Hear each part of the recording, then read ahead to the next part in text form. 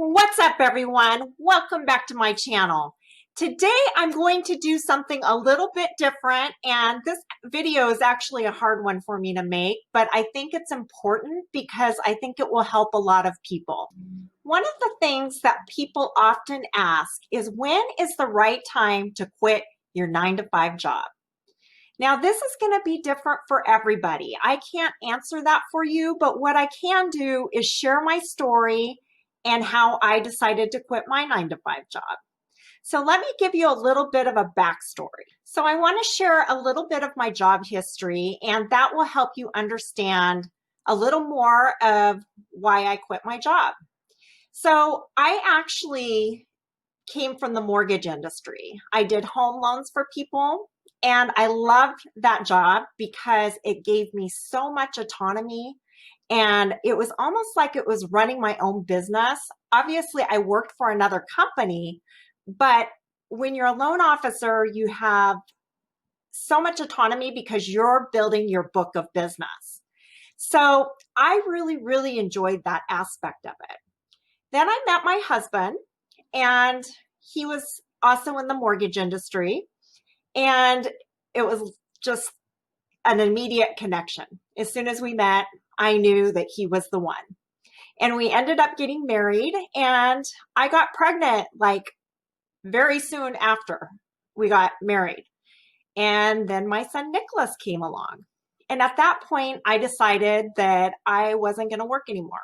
I wanted to be a stay-at-home mom, which was extremely rewarding, but difficult at the same time.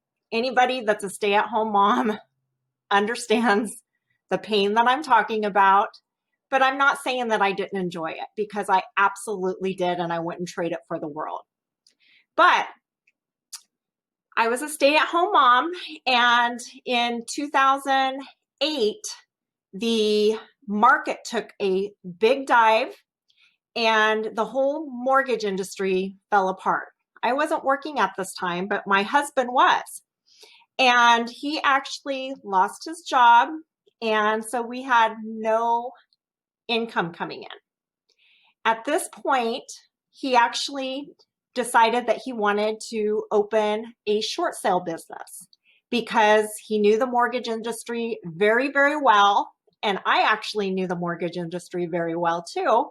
So we started a short sale negotiation company, which did very well. And I actually really loved it because I got to build a business, and I got very good at marketing, and I had so much fun doing it. But then the state of Oregon actually changed its laws, and it affected our business. And that was not a good place to be, because it really made us double think, should we be doing this? Because there were so many regulations, and it just became very nerve-wracking, it would be the word. It became very nerve-wracking. So we ended up deciding to close the business. Well, at that point, I decided I needed to go back to work. And so I was willing to take anything at that point, because both of us were not working.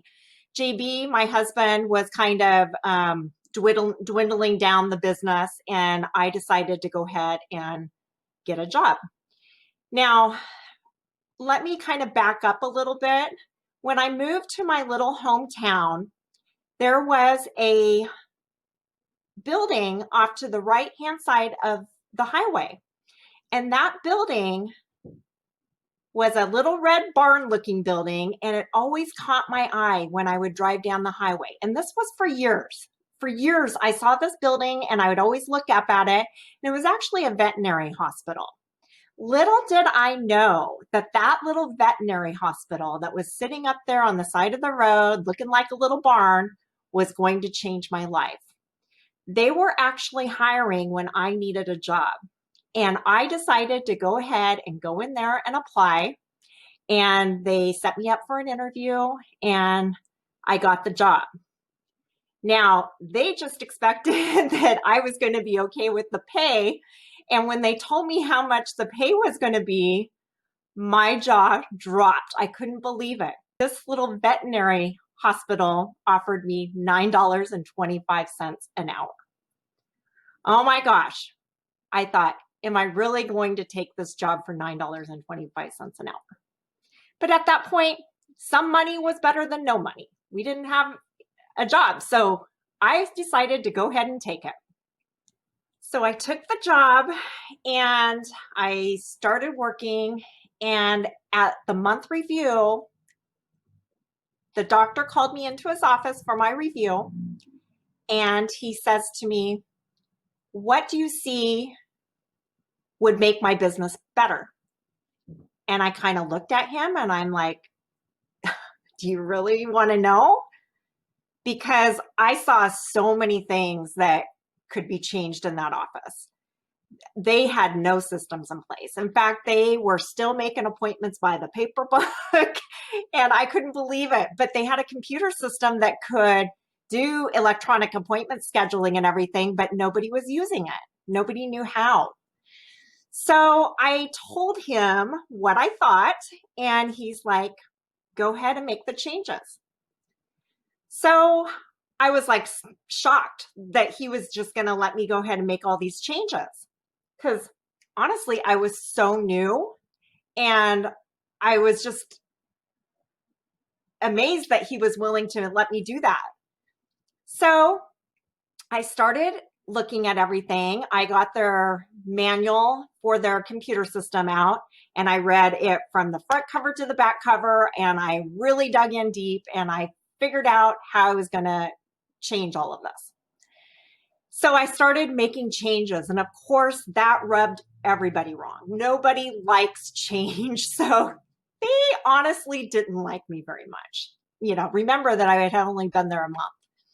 They didn't really like me. So it kind of hurt my feelings, but at the same time, I just kind of kept moving forward because I knew the changes would be good for everybody if they would just go ahead and be open-minded. So I started making all of these changes for their business, and I spent about 2 years putting all of their systems in place, and I was in charge of all of the computers and everything. I built their website. I did it all. I mean, I really, really changed that business. And it was an amazing journey. And the doctor actually gave me so much autonomy to do whatever I saw fit. And I loved him for that because it helped me grow so much. And at one point, he had hired his daughter to come in and manage the office. And that's when it kind of changed for me, because I went from having a lot of autonomy to make changes and feel good because I'm a creative person that loves systems and I love to make things better. But having somebody kind of over me, it just changed things. I wasn't able to do the things that I wanted to do anymore, which I totally understood. You know, I mean, he wanted to put a manager in place and all of that. So I understood that, but it just changed things for me. So him and his daughter and I got along really, really well. But like I said, it changed things for me. And I kept doing the things that I was doing, but not at the same level. And I was looking around and I was like thinking, what is going to make me happy? Because I wasn't being fulfilled quite as much.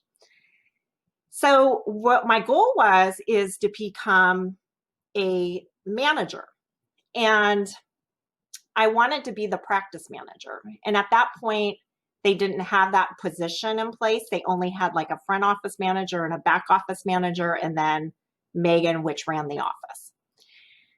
So eventually, I did get that position. They created a whole structure where there was Megan and then me and then the doctors and the middle management underneath me. And I thought that I would be happy. But what I found is that I hated my job. And it wasn't because of any of the people or anything. It was just that I didn't have the autonomy to create. And I was not being fulfilled anymore. But by that time, I had been there about 6 years, and I would have done anything for that place. I treated that business as if it were my own. And my husband kept saying to me, why are you putting all of your heart and soul into somebody else's business when you could create your own business? And I knew he was right, because I had tons of skills that I could definitely create my own business, but I wasn't sure what that business would look like. And then one of the managers that worked under me came to me and says, Shelley, what do you think about starting a pet transport business?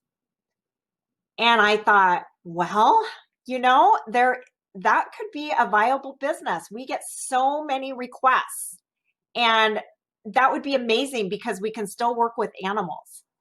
So we decided to go ahead and start a business together. But what I found is that she wasn't really into getting the business going. She was kind of at a point in her life where she just needed a kind of a stable job for her daughter, or for her and her daughter. So it ended up that we didn't go into business together, and I took the ball and I rolled with it. But what I soon found out, I found out very quickly that pet transport was probably not enough to sustain a business in our area. So anyway, at that point, when I decided to start the business, I thought, well, I need some time to get it up and going. And I wasn't quite ready to quit my job. And I knew that my handprint was all over that office. And I knew that it was big shoes to fill. So I wanted to give them plenty of time to figure out what they're going to do, hire somebody else, get them trained, and do all that. So I decided that I'm going to give the office 3 months notice, because I thought to myself, that would give them time to get their shit together, and it would give me time to get my shit together. And I knew that I needed to give myself a time limit, because that office was just a little bit too comfortable for me. It would have been so easy for me to just continue doing what I was doing and not actually leave. So I went ahead and gave myself 3 months to get it figured out. And by giving them that notice, I knew that it was a done deal. So I had 3 months to get it figured out. And so March 10th, I actually opened my business, and I actually made it. I mean, in that 3 months, I was able to get everything that I needed to get done. I got my website up. I did everything I needed to do. And I'm going to tell you my story in one of the next videos that I'm going to do, how I got my clients. That one's coming up next week. So check that out, because I'll kind of fill you in on how it all went. I'm going to go over how I got my first 10 clients. So anyway, it all worked out for me, and it was scary. I was scared to death, because the only savior for me was that my husband had a job. So we still had money coming in, but we did depend on my income a little bit for our household. So I knew that I had to get everything up and going. And so that's kind of my story. I am not probably the norm, and I'm not telling you to do what I did, because it's scary just, taking the plunge and believing in yourself.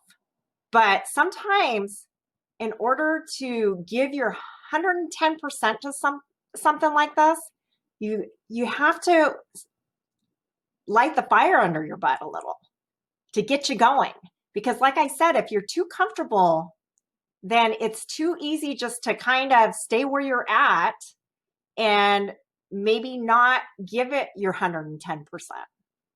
So that's my story. Now, I'm not telling you to do what I did, but I thought that my story might help you in making a decision for yourself. So good luck. I'm excited for your journey. And if you have any questions for me, drop it in the comments. I'll answer them for you. I know that making a decision of when to quit your 9-to-5 job is a big one. But like I said, sometimes you have to just trust in yourself and know that you can do it. And by trusting in yourself, you can do amazing things. I promise. Have a great day.